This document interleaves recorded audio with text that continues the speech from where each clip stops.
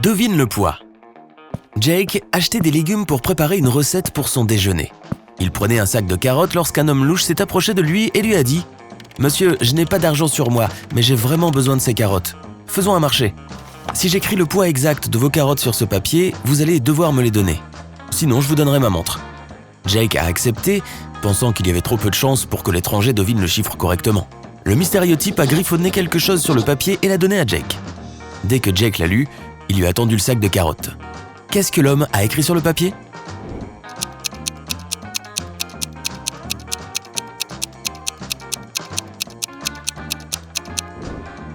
Le poids exact de vos carottes, comme il l'avait dit. Va-t-il gagner le jeu ? Mark faisait un tour dans un nouveau magasin de jouets dans son quartier. Ce jour-là, des membres du personnel donnaient des jeux gratuits si les clients répondaient correctement à leurs questions. Mark a fait la queue et a attendu avec impatience de voir s'il allait obtenir le jeu de société qu'il voulait. Quand son tour est arrivé, le membre du personnel a dit « Qu'est-ce qui a 6 visages mais ne porte pas de maquillage, a 21 yeux mais ne voit pas ?» Mark a été soulagé lorsqu'il a entendu l'énigme et dès qu'il a répondu, il a pu obtenir son jeu. Quelle a été sa réponse ?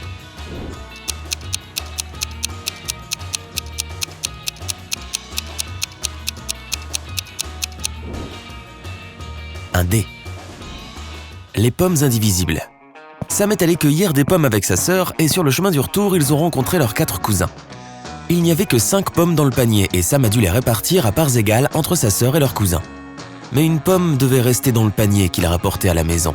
Comment allait-il répartir les pommes ?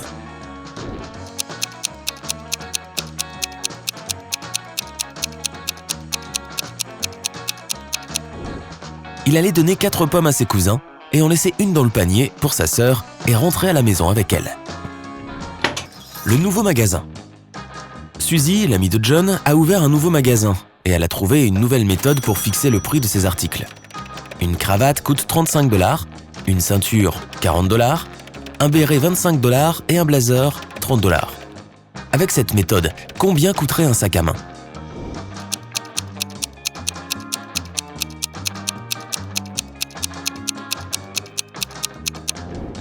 40 $.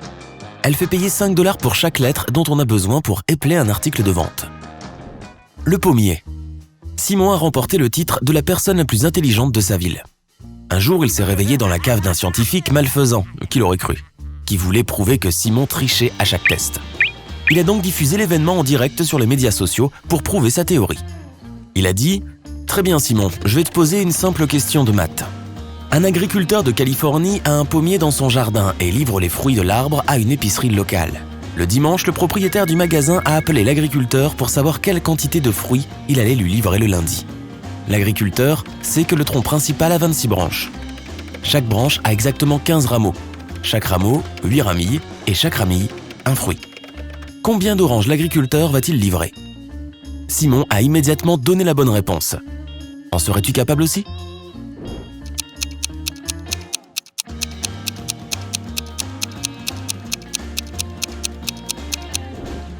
Aucune, répondit Simon. Les pommiers ne portent pas d'oranges. Quand la fête tourne mal. Mason, Jacob, Suzy et Edward ont fait la fête chez Edward. Le lendemain, Edward s'est retrouvé inconscient et aucun des 3 amis ne sait ce qui lui est arrivé. Lorsque la police s'est présentée, elle a trouvé une note à côté de l'agenda de Edward. On y lit 3, 4, 9, 10, 11. Immédiatement, le détective a su qui était coupable.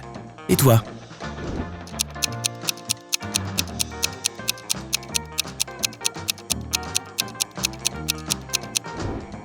C'était Mason. La note était à côté d'un calendrier. Prenez les premières lettres, transformez-les en mois et vous obtenez Mason. 3 égale mars, 4 égale avril, 9 égale septembre, 10 égale octobre, 11...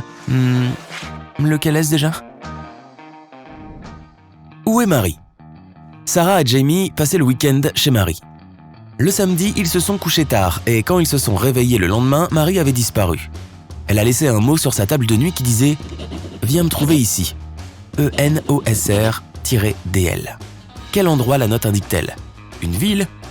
Une montagne célèbre ? Une forêt ou une île ?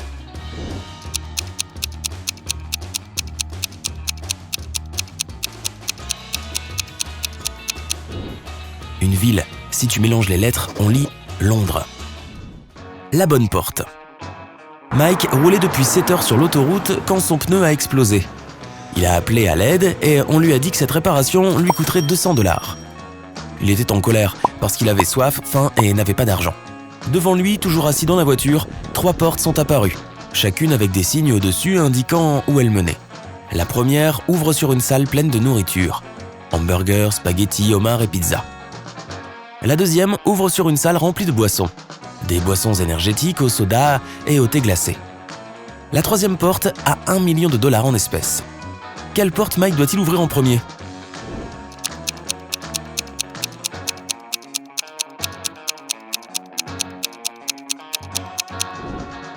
La porte de sa voiture. Ha! Qui a pris la voiture?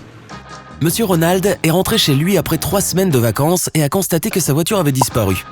Il a laissé 3 de ses employés chez lui pour s'occuper de la maison, mais aucun d'entre eux n'était là quand il est revenu. Pour les prendre au dépourvu, Monsieur Ronald a appelé chacun d'eux par vidéo. Sean a dit qu'il était dans le bus pour rentrer chez lui après une longue nuit dehors. George a dit qu'il se rendait à l'école pour sa conférence, mais qu'il pouvait passer pour l'aider à trouver sa voiture. Chris a dit qu'il venait d'arriver à sa chambre d'hôtel au Canada et qu'il n'avait aucune idée de ce qui s'était passé avec le véhicule. Tout de suite, Monsieur Ronald a su qui mentait.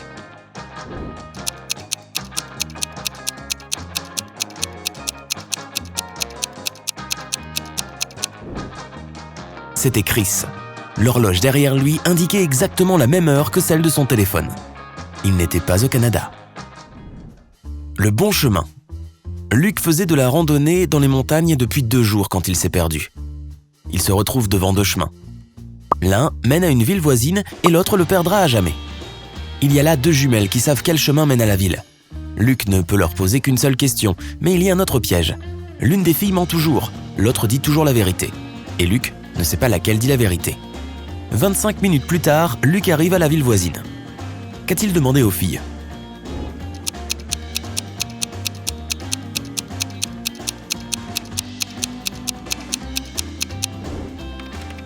Si je demande à ta sœur le chemin correct, lequel me montrera-t-elle? Elles pointeront toutes les 2 dans la même direction, ce qui signifie que Luc a appris le chemin qu'elles n'ont pas indiqué. Où se cache-t-il? Jim s'est évadé de prison samedi. La police patrouille dans la ville où il a été vu pour la dernière fois jusqu'à ce qu'elle découvre un tuyau. Un voisin l'a vu entrer dans l'une de ces 3 maisons, mais il ne se souvenait plus laquelle.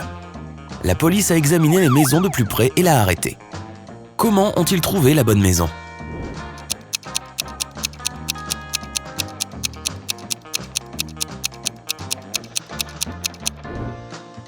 C'est la dernière sur la droite. La voiture est face à la route, une technique courante que les gens en cavale utilisent pour s'enfuir sans perdre de temps. Où habite-t-elle? Mia a quitté la maison de sa mère parce qu'elles ont eu une grosse dispute. Sa mère voulait savoir où sa fille était allée. Mais quand elle est rentrée du travail mardi, Mia était toujours portée disparue. Mia n'avait pas de téléphone et sa mère ne savait pas où elle était. 2 heures plus tard, elle a découvert où elle logeait. Comment?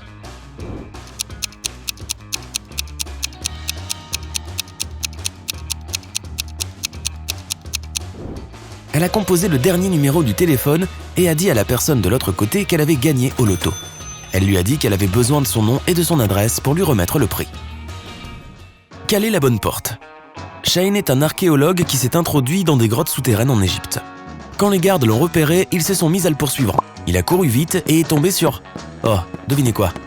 3 portes. Derrière la première, il y avait 4 crocodiles agressifs.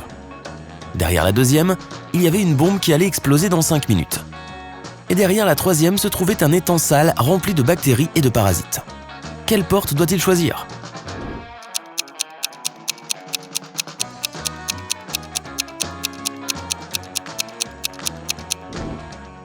La deuxième porte, mais comme les gardes arrivaient rapidement, ils devaient déplacer l'appareil dans la pièce où se trouvaient les crocodiles, puis s'enfuir pour éviter d'être pris.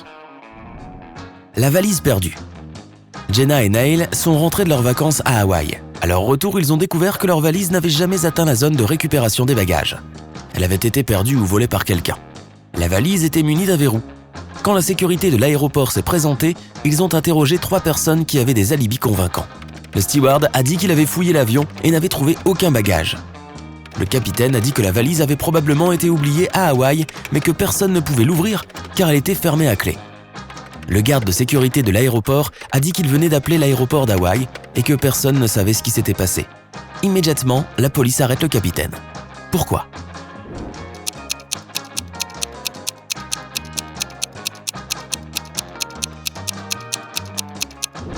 Il savait que la valise était fermée à clé, mais personne ne le lui a dit. L'effraction. L'appartement de Suzanne a été cambriolé la veille d'Halloween. Lorsqu'elle est rentrée du travail et a vu le désordre, elle a appelé la police.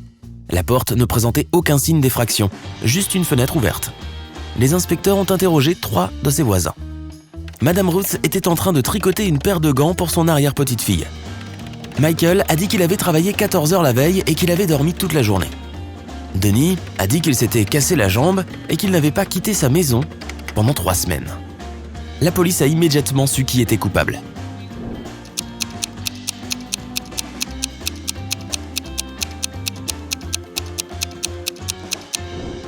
C'était Michael. Il était le seul à pouvoir grimper à une fenêtre. Attends une minute, tu ne penses pas que grand-mère pourrait faire ça ?